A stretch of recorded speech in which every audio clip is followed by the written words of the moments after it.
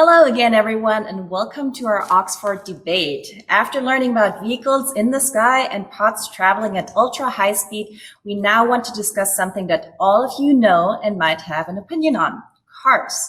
You may love them or you may hate them. You might commute with your car on a daily basis or are simply annoyed by the traffic and noise in your neighborhood that is caused by cars. But cars are currently part of everyone's life.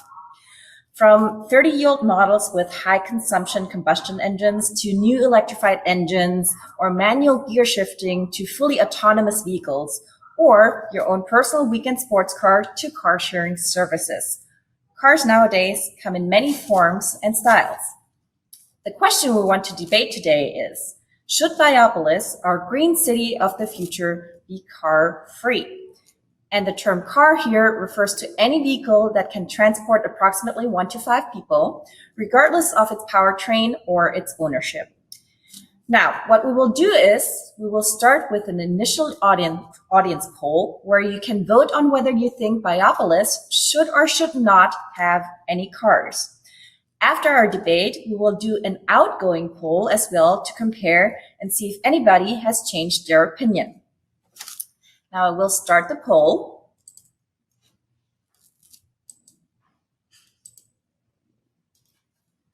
All right. And as you cast your vote, I will tell you about our speakers. Arguing on the pro side is Sarah Kaufman, Associate Director at the NYU Rudin Center for Transportation. She will make the case why cars should not be part of Biopolis's transportation mix.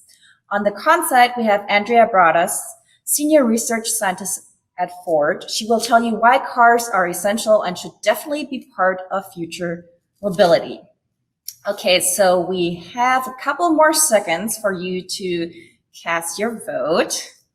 The results are coming in slowly, and there's a slight tendency, but it looks like it's evening out pretty quickly. I'm very excited to see where this is going. Few more seconds. Make sure to cast your vote.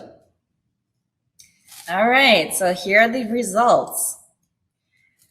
We have 62% voting that cars should not be a part of Biopolis's transportation mix, and 38% of you think that cars are essential and should remain part of the transportation mix in the future. Pretty interesting, and let's see how this might change after the debate, after we hear from the two ladies and what they have to say. All right, so here's how the debate will go. We will first hear opening statements from both speakers. We'll start with the pro side. So Sarah will go first, and then we will have Andrea. After the opening statements, we will have 2 rounds of responses and rebuttals. Then we will go into the Q&A part, where our first speakers will first answer 2 predetermined questions, and then we will take audience questions. You can submit your question through the debate for the debate with the Submit Questions button that you see below the stage. And after the Q&A, we will hear Sarah's and Andrea's closing statement before we do our final voting. And yeah, so let's get started.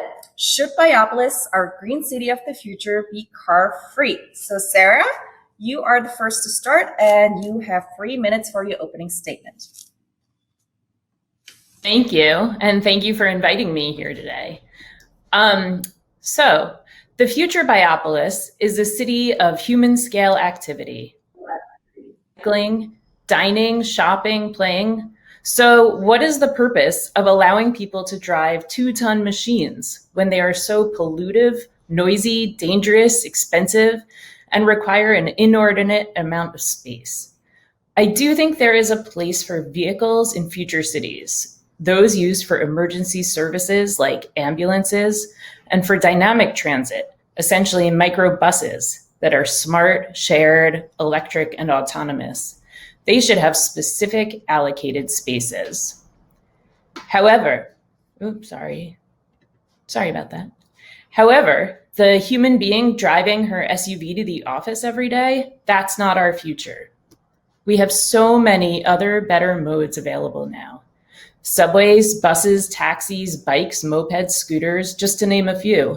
None of those modes create 60% of the United States' carbon dioxide emissions as private cars do.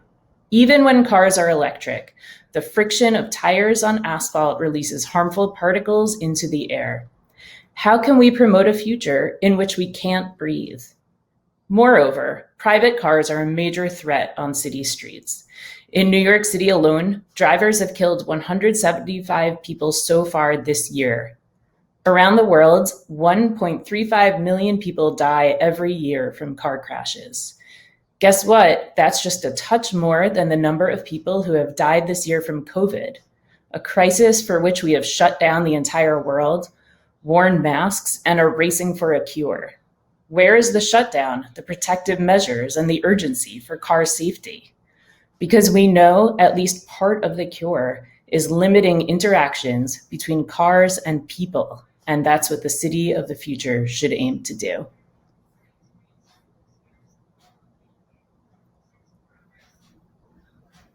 Hey, thank you very much, Sarah, for your opening statement. Andrea, now it's your turn. You will have 3 minutes as well. Okay, good morning, everyone. It's a pleasure to be here. So today I'm here to argue that cars do have a place in the green city of the future in Biopolis.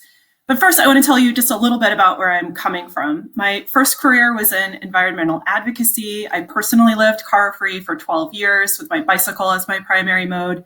And now I have a battery electric vehicle. And I entered the automotive industry to help companies transition into the emerging mobility sector. So I started at Bosch, and then I joined Ford in 2018. And I work in research and development, helping Ford develop new mobility services for e-scooters, microtransit, and shared autonomous vehicles. So you could say that I'm coming to you as an environmentalist, but also a pragmatist who believes that we can reduce, but probably not totally eliminate, cars from cities. Cars have been a part of cities historically, and there are good reasons why we're still going to need cars in the city of the future.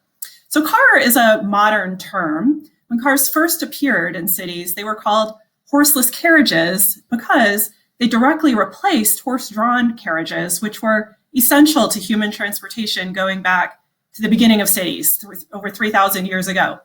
So motorized vehicles simply replaced horse-drawn vehicles for all the use cases that we still have today, like hauling goods, taxis, public transit, and private transport. So now we know that car ownership today is well beyond historic levels of horse carriage ownership. Private cars became affordable, and after the highway building era, they became necessary. Most of the US population now lives in low density suburbs where a car is required because there's no other option, which means that a lot of people who don't drive or can't afford a car lack mobility. And mobility services can help. So cities transform themselves to accommodate cars. Most city planners would say too much. Streets designed to move high volumes of traffic leave little space for walking and bicycling, and huge amounts of urban land have been dedicated to cars rather than people. So cars have gotten out of balance in cities. We are now in a period of correction. So I'd like to show you Ford's vision of the city of tomorrow, if we can help. You'll notice there are still cars in this picture, but the street isn't congested with them. There's a mix of older cars and shared electric cars. And at the center, there's a mobility hub where there are multiple mobility options and services being offered, and pedestrians are sharing the street. So thank you, Quay. What history tells us is that the demand for cars is not driven by technology, but by the human activities that cars serve. And these activities have not changed very much over thousands of years, and they're not likely to change very much in the future. So physical mobility, the freedom to move around the city, is often linked with the ability to earn a living and with social mobility. So even as we work to remove cars from cities, it would be inappropriate to eliminate them entirely. There's still an important role for cars in the mix of future city transportation. Thank you very much, Andrea, for your opening statement. So Sarah, you have 2 minutes to respond to that. Thank you. And Andrea, thank you for that opening statement. That was very informative. So autonomous and electric cars are not the answer, even if they move more efficiently and carefully than human drivers do and traditional cars do. They are ideal for specific use cases in designated areas. However, a city that transports people primarily by car, autonomous or not, must devote an outsized amount of land to traffic, parking, and fueling. A 10-foot wide lane of car traffic carries about 1/5 of the number of people that bikeways do, and 1/16 of that of a bus lane. This amounts to a huge waste of space. In New York, the land area devoted to streets is 4 times the size of Central Park. Across the United States, most personal cars spend 95% of the day simply parked. Imagine if that street space were devoted instead to better uses: dining, dancing, shopping, biking, and spending time together as a community.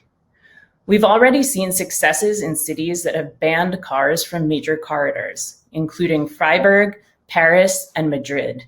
People are spending and dining even when they arrive by bike or bus, and stores continue to receive deliveries.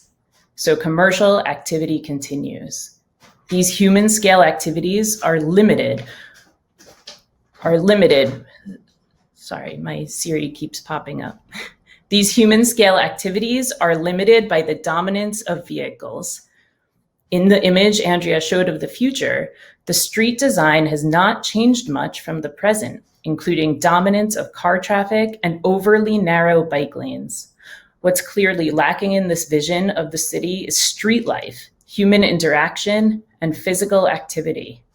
The design detracts from what makes a city a place people want to be and more closely resembles a commuter hub. Imagine your future city. Do you want to be surrounded by your community and its intelligence, art, and activism? Or would you rather watch it through a windshield? Thank you.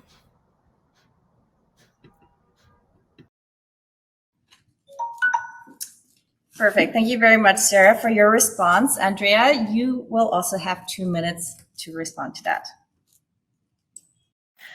Thank you, Sarah. So many of the ills that cars have wrought in cities are addressable through technological change. For example, battery electric propulsion eliminates the noise and emissions of gasoline engines. Hybrid and electric vehicles have uncoupled the direct relationship between vehicle miles traveled and greenhouse gas emissions. So you may think, sure, but electric cars are marginal. There's hardly any on the road. But this is changing. Most car makers have increased their offer of hybrid and electric vehicles in the recent years. For example, Ford is betting big by electrifying our most valuable brands, the Mustang and the F-150 pickup truck. Those models are coming out this year. So this represents a shift away from compliance cars aimed at early adopters and toward the mass market. The other key technology change is communication, smartphones, which are enabling new efficiencies in terms of vehicle occupancies. So now drivers and riders can match up and form carpools, meaning the same number of people can travel with fewer cars. In the US, average car occupancy has been on a downward trajectory for decades. The vast majority of car trips are made solo. So ride-hailing services like Uber and Lyft and carpooling apps like Waze and Scoop represent a great mechanism for improving vehicle occupancies. I think we've really only scratched the surface of the potential of mobility services to improve the efficiency of cars in this way. So if we can electrify cars and increase vehicle sharing, we can enjoy the mobility benefits that they provide while keeping Biopolis livable.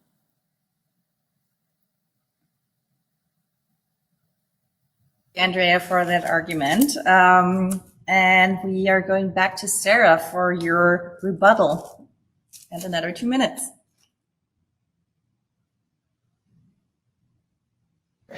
What Andrea mentions in terms of the ability to tap into technology for improved transportation, that is very true. And that applies to all modes of transportation and not just private cars. That means that we can summon a shared ride using microtransit, as well as an e-bike or whatever the right size vehicle is for what we need at that time. We certainly don't need cars for every trip. And the advent of technology that Andrea is talking about is precisely what enables us to take the different modes that we need. In addition, the point still stands that we are devoting outsized space to cars in terms of parking them, in terms of moving them through our cities and through our daily lives. And they are detracting from our health and safety and sanity every day. So there is a realistic way to incorporate vehicles in terms of transit, but personal cars are not sustainable in the city of the future.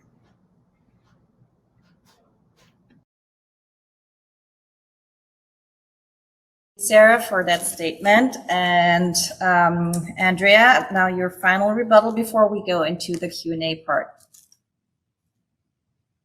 Great. Thanks again, Sarah, for these excellent points. But perhaps the bottom line of why cars should be included in the mix of future transportation is that cars will still be the best option for many people and many types of travel, no matter how good the other options become. So who would still need cars?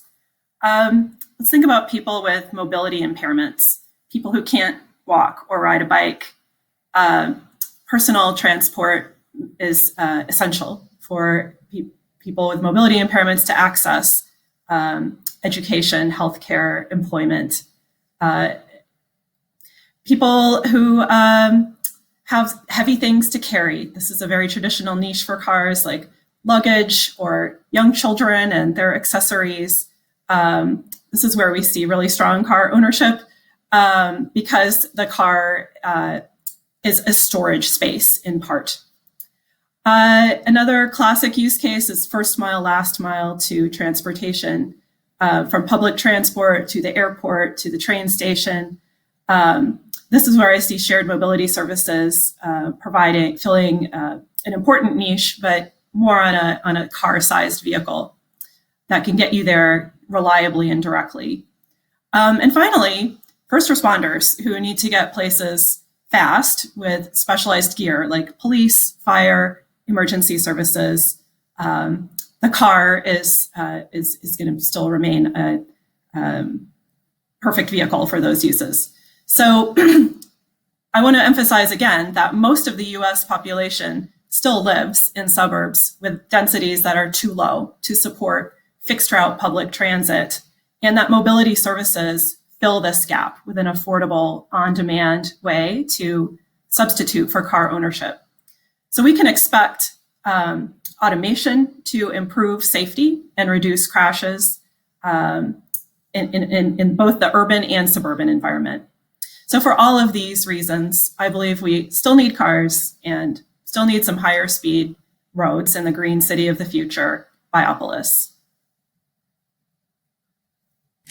Thank you very much, Andrea, for your argument, and also Sarah for all the things that you said. So obviously we're seeing there's a lot of arguments for either side, and that it really comes down to like how you define cars, like what you count as a car, and like also like who's using it, what you're using it for. And we're going to go into the Q&A part right now. We have 2 prepared questions, but I also want to ask you, our dear audience, to submit your questions that you have that came to your mind while hearing the arguments from both Sarah and Andrea with the submit questions button, and we will get to your questions in a minute. So the first questions that we have prepared relates to the current situation that we're all in, the COVID-19 pandemic. And the question is, so COVID-19 has affected people's lives in many ways. One way is certainly a greater appreciation or a de facto need for personal space, which is a great benefit provided by personal cars.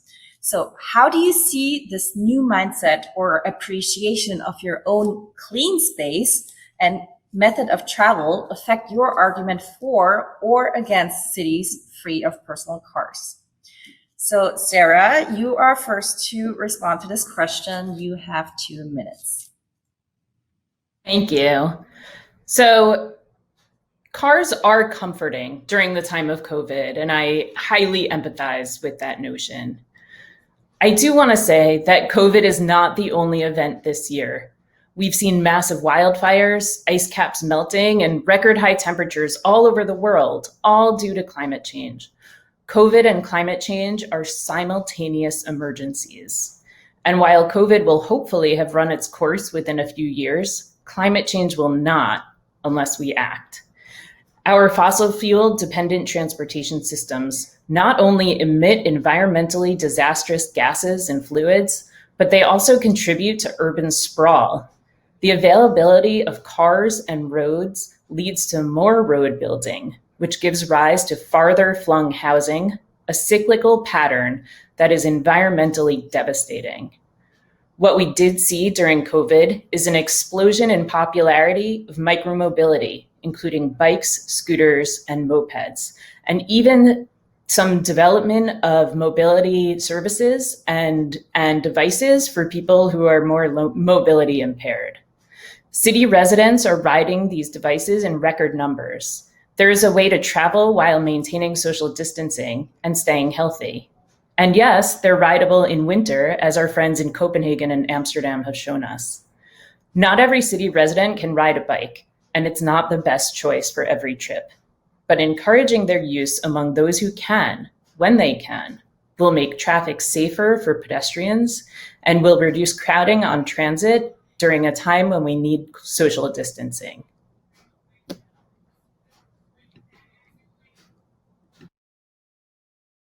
Thank you very much for your answer, Sarah. So Andrea, the same question to you. How does COVID-19 and the appreciation of a clean method of travel affect your argument for a city with cars?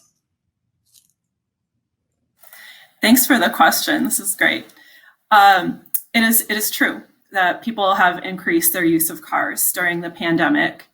In a recent survey that we conducted, people reported that they are more likely to use personal cars during the pandemic than they were before, and less likely to use transit, rideshare services, and carpools. And public transit data shows a devastating trend of plummeting ridership, down 70% from last year's levels. There is one form of shared mobility that is still going strong. That's e-scooters. Ford owns a scooter sharing company called Spin, and we're seeing increased usage. Scooters are a personal vehicle at an affordable price. So that's why some cities are counting them as an essential service during the pandemic. So people are relying more on personal cars right now, but they're also making a lot fewer trips.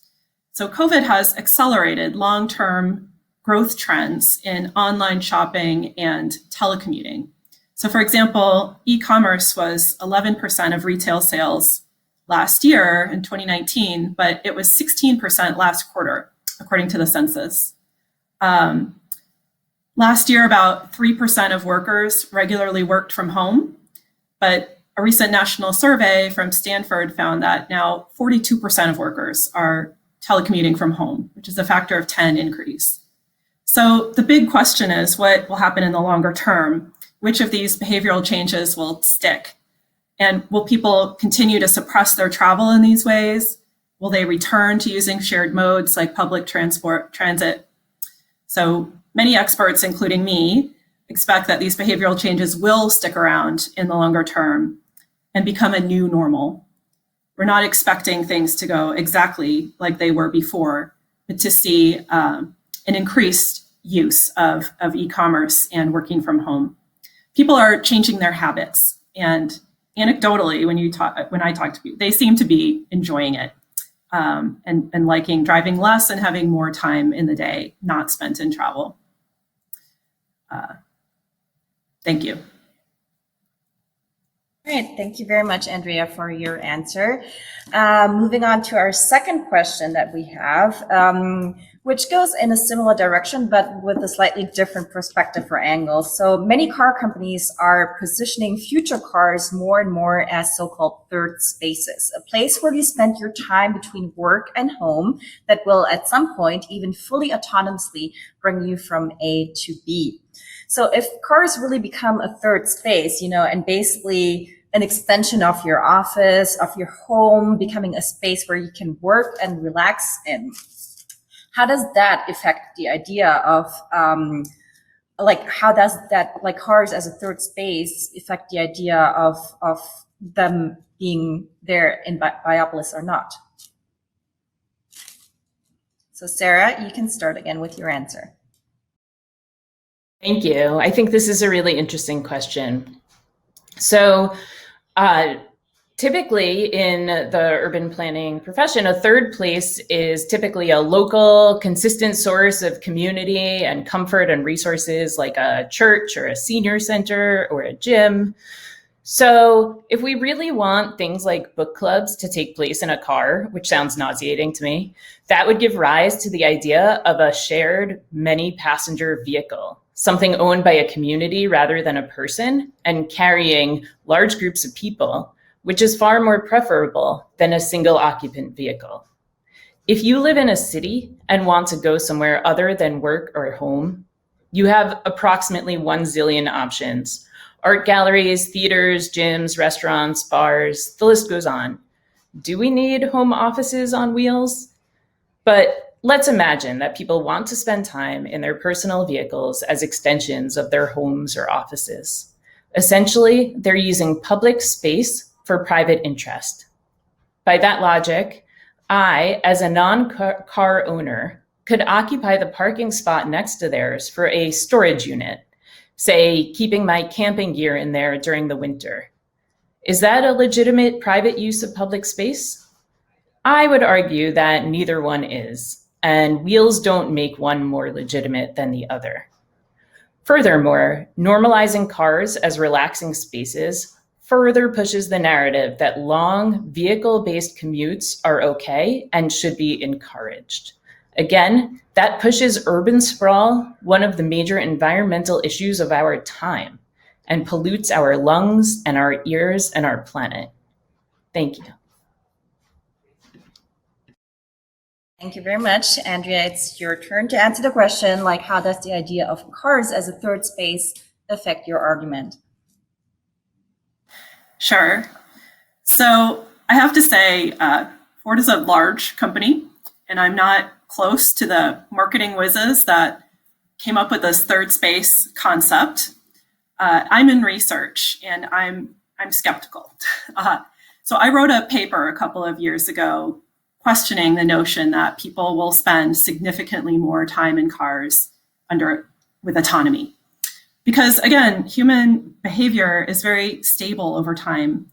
And even in the future, there's still only 24 hours in the day. So research has found that the amount of time people spend each day on travel is remarkably stable. It's about 1 hour. And this has been found across time and across cultures. So this 1 hour rule is often called the Marchetti constant after the anthropologist who discovered it.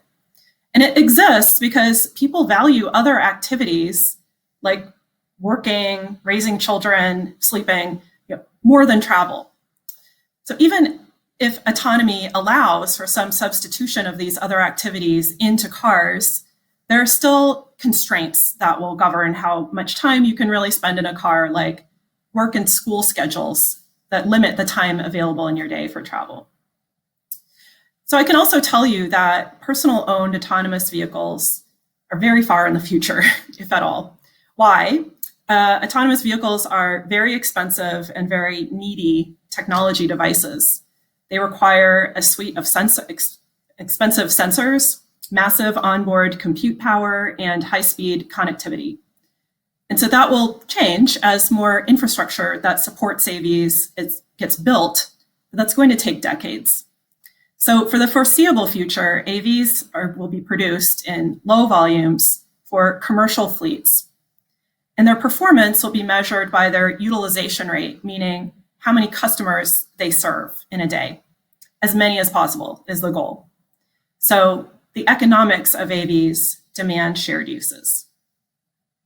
Thank you.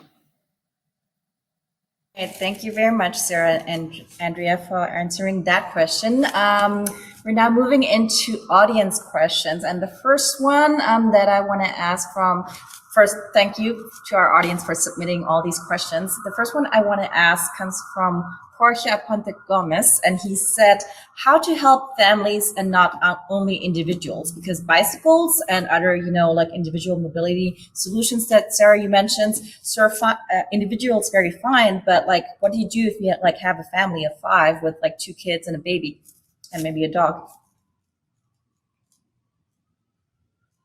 And that is a common question, and one that I grapple with personally and professionally as well. So thank you for that question. Yes, there are certain situations where people need vehicles. If they're a family traveling together, if they're a person with luggage, if they are mobility impaired. And I'm not saying that no motorized vehicles should be allowed anywhere in cities, but these vehicles can be on the fringes and should not be personal vehicles. They should be shared so that a family of 5 may occupy the majority of a shared vehicle, but in essence, they are not occupying a parking space that is basically the overtake of public property for private property.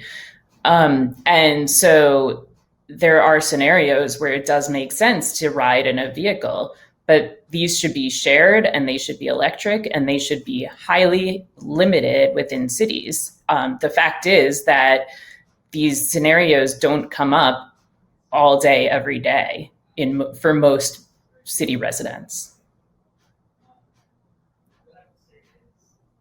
Very much for your answer.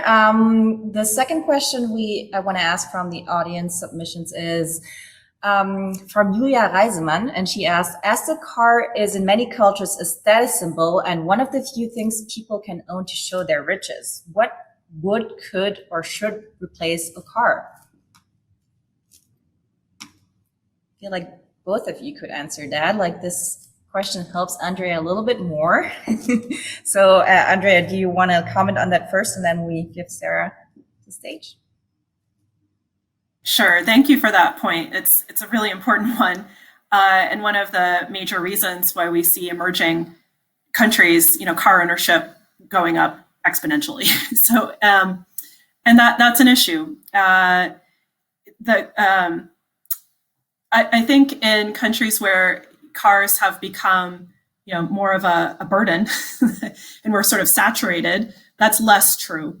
And we're starting to see maybe the post-car status symbol emerging as a green lifestyle. And we see this in younger people who are not getting their driver's license, who are adopting an urban lifestyle where, they're not interested in owning a car. And so maybe that's a sign of things to come. I'll leave it at that for Sarah. Thank you. I think there are plenty of ways that people can show their social status without cars, and they already do, with their homes, with their electronic devices, with where they go out to eat. A car is just one other status symbol, and I would put that as a want and not a need.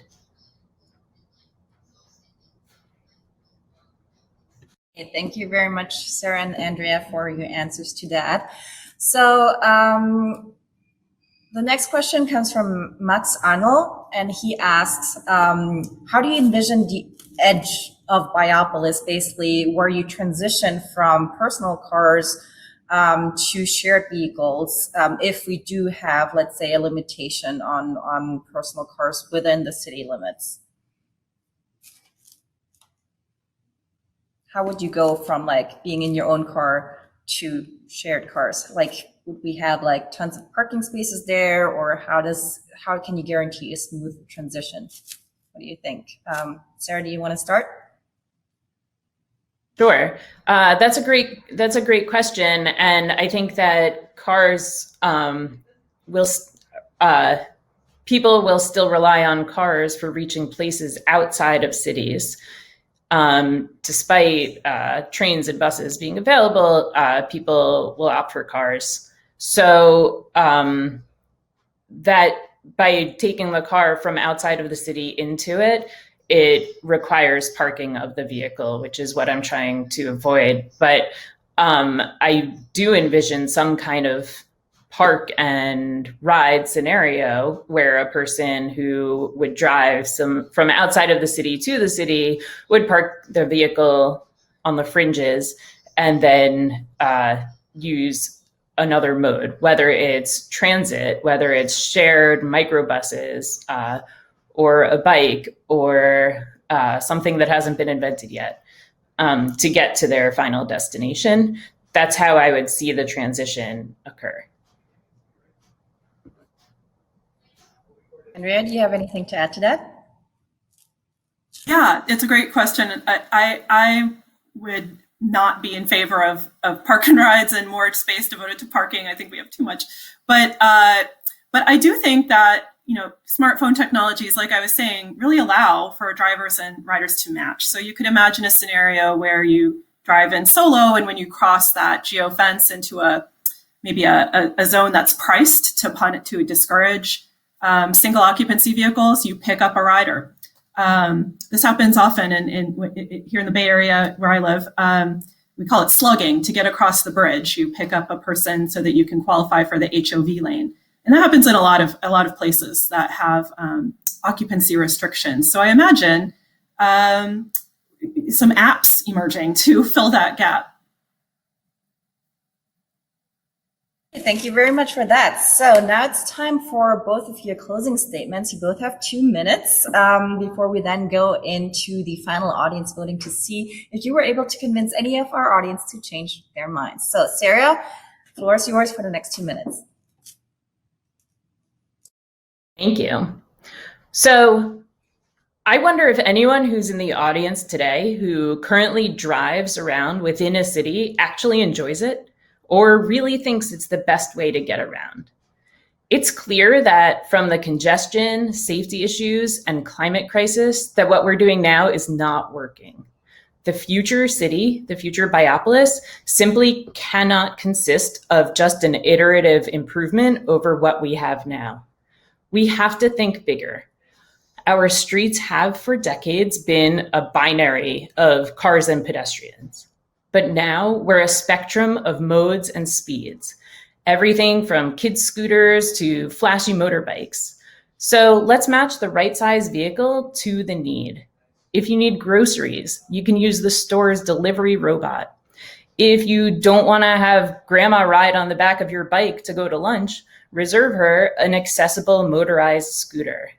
There is a time and place for cars, but that window is narrowing as time goes on.